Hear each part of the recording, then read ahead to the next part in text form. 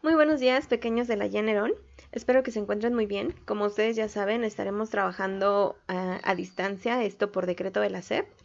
Y bueno, voy a explicar la dinámica del trabajo. Les voy a seguir mandando actividades y voy a seguir adjuntando videos de YouTube relacionados con los temas que estemos viendo para que ustedes puedan hacer la actividad.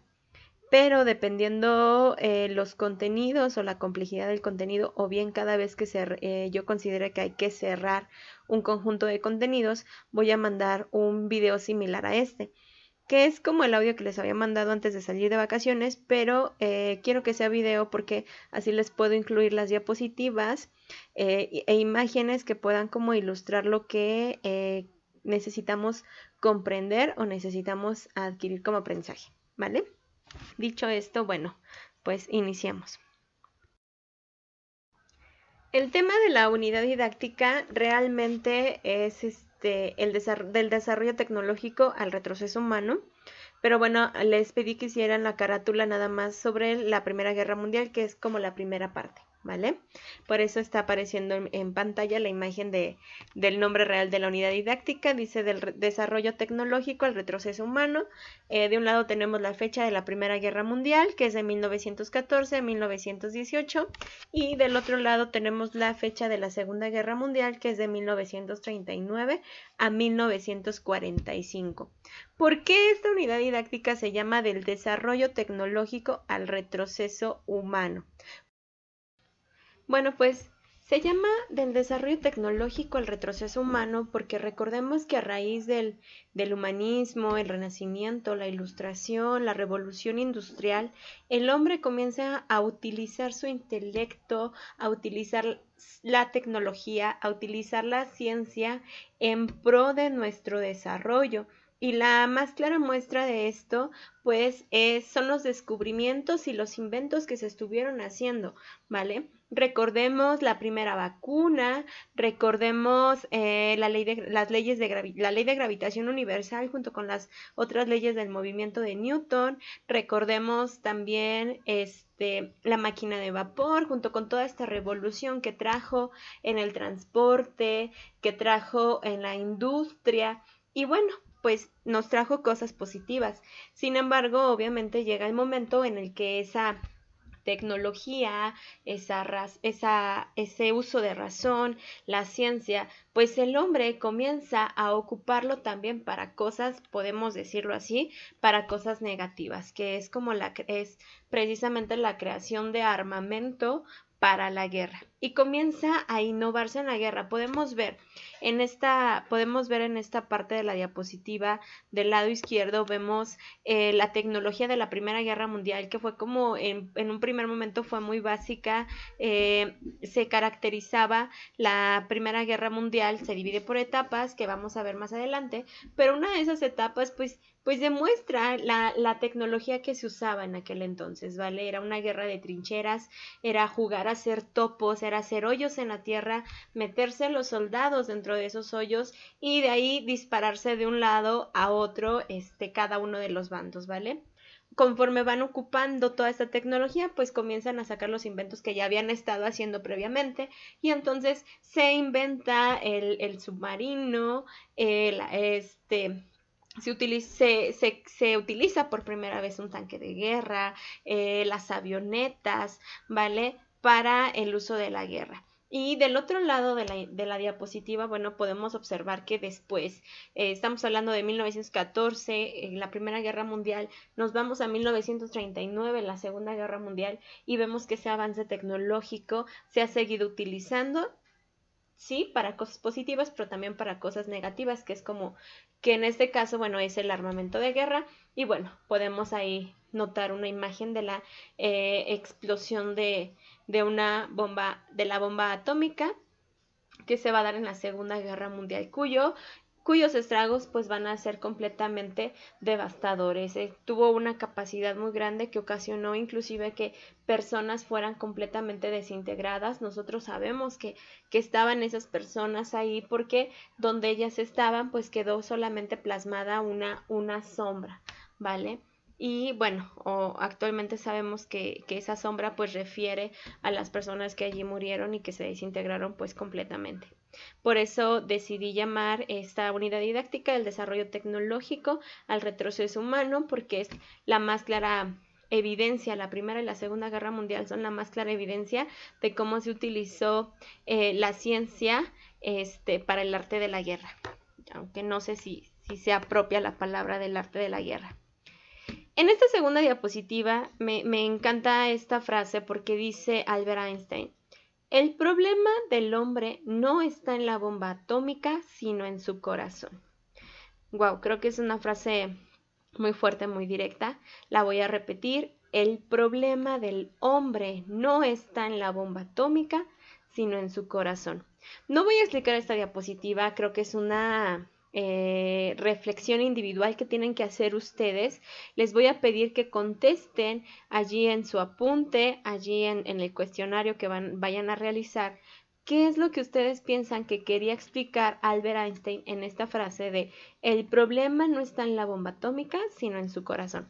Y en el próximo video, bueno, compartiré algunas de las reflexiones que ustedes envíen respecto a esta imagen, ¿vale? Y bueno, vamos a enfocarnos nosotros en esta primera parte, que es la Primera Guerra Mundial. Para que nosotros podamos hablar de la Primera Guerra Mundial, pues primero tenemos que hablar de sus antecedentes. Y es importante hablar de los antecedentes porque no ocurrió la Primera Guerra Mundial nada más porque unos países se cayeran mal con nosotros y de, ay, me caes mal, ay, pues tú también, y ya se empezaron a pelear. Pues obviamente no, ¿sí? El producto de esta Primera Guerra Mundial es el resultado, obviamente, de distintos acontecimientos históricos que estuvieron pasando en algún momento de la historia del hombre y que culminaron pues en ese enfrentamiento de grandes potencias. El primer antecedente que vamos a revisar, ustedes ya tienen este apunte, copiaron la diapositiva antes de salir de vacaciones. Y bueno, en esta diapositiva ya estamos enfocados completamente en la Primera Guerra Mundial. Del lado derecho superior derecho, está la fecha de la Primera Guerra Mundial, que va del 28 de julio de 1914 con un fin el 11 de noviembre de 1918. ¿Vale? Este primer antecedente que tenemos aquí, pequeños, es el desarrollo del imperialismo. Es un tema corto, sin embargo, creo que es un poco complicado de entender. Por ese motivo, además de este video que estoy subiendo, se les está dejando otra actividad concreta sobre el imperialismo de un video corto que encontré en YouTube, que creo que va a servirte mucho para que podamos disipar cualquier duda que se pueda generar respecto a este tema.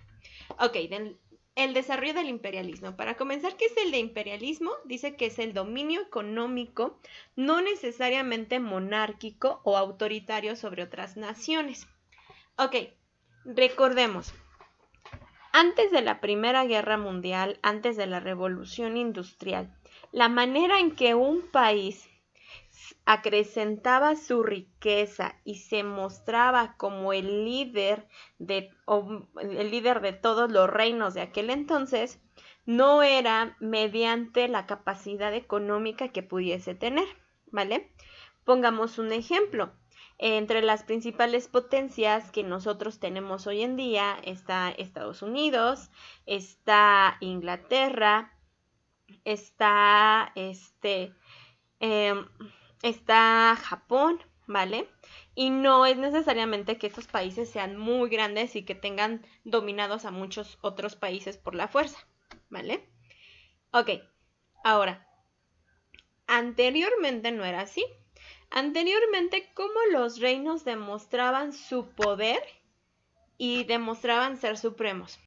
Antes de la Revolución Industrial, un país poderoso demostraba su poder o su dominio mediante la conquista física de los otros reinos. Con el imperialismo, ¿qué es lo que va a pasar? ¿Cómo funciona?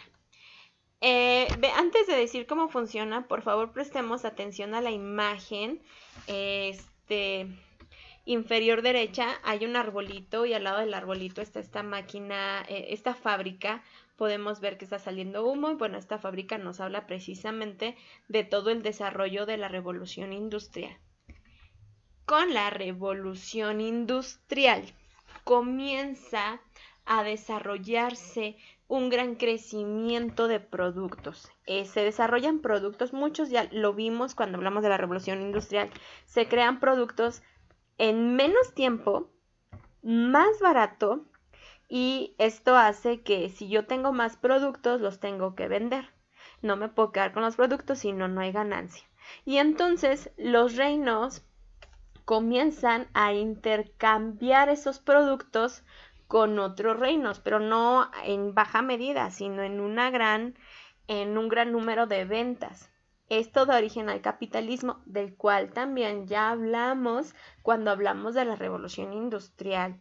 Si no recuerdan los temas, es muy importante que revisen sus apuntes, que revisen el libro de texto y que también revisen el libro de evidencias que tenemos, porque allí lo desarrollamos y allí quedó explicado perfectamente, ¿vale? Comienza a desarrollarse el capitalismo, ¿vale? Que tiene que ver con el intercambio comercial.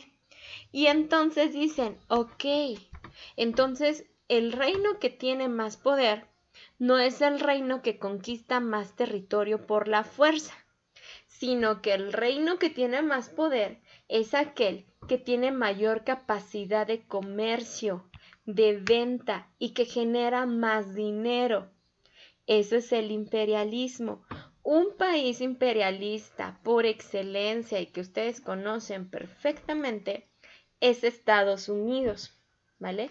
Estados Unidos es un país imperialista porque muchos de los países americanos, Colombia, México, Brasil, Argentina, compran gran cantidades de los productos que Estados Unidos vende, ¿vale? Nuestra economía, hablamos de México, nuestra economía está tan pegada, está tan anexada, está tan dependiente del comercio o de este contacto económico entre Estados Unidos y México, que si la economía de Estados Unidos se va para abajo, pues ¿qué creen que va a pasar con nuestra economía?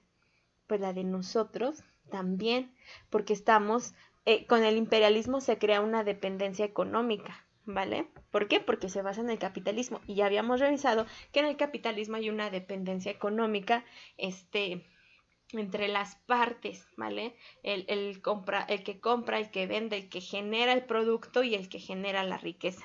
Entonces, de manera muy básica, eso es el imperialismo, es ya demostrar que soy el país con mayor poder en el mundo, pero no por medio de la dominación, de la conquista, de la guerra, del uso de armas, no, sino demostrar que soy el poder, soy el reino con mayor poder o el país con más poder por medio de mi capacidad económica, y esa capacidad económica solamente va a crecer mediante el intercambio comercial.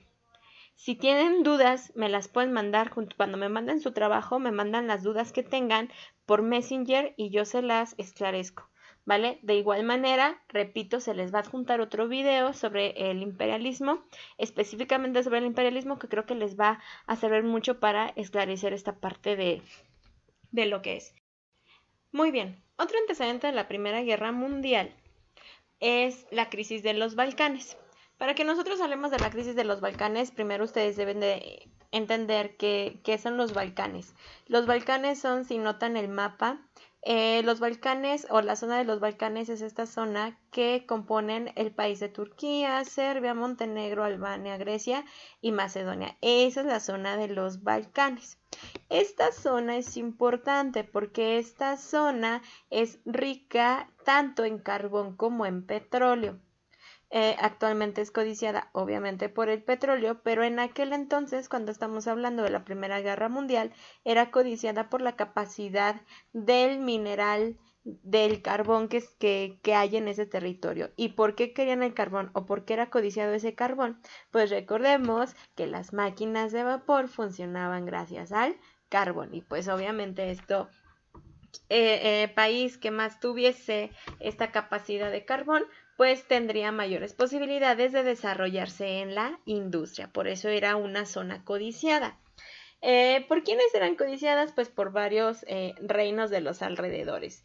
El reino, entre los dos reinos principales que estaban codiciando la zona de los Balcanes, que querían apropiársela, se encuentra por a un lado Austria-Hungría y por el otro lado Rusia. Si se dan cuenta en la imagen, tenemos representado a Austria-Hungría por medio de este señor gordito con con ojos de signos de pesos y así como codiciando, yo lo quiero, yo quiero dinero, ¿no? Bueno, en este caso, pues él quería ese territorio, quería apropiarse de ese territorio por esta cuestión del mineral que en él se encontraba.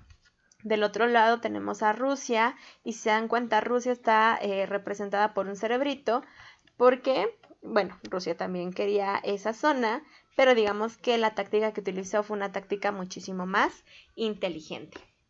Dicho esto, dice, la crisis de los Balcanes. La zona de los Balcanes era un territorio codiciado por las principales potencias europeas del siglo XX, ¿vale? Había dos maneras, ya lo vimos, había dos maneras de conquistar esa zona, hacerse de esa zona. Una, por medio de la conquista física, por la fuerza, meter los soldados y órale, yo me la quedo.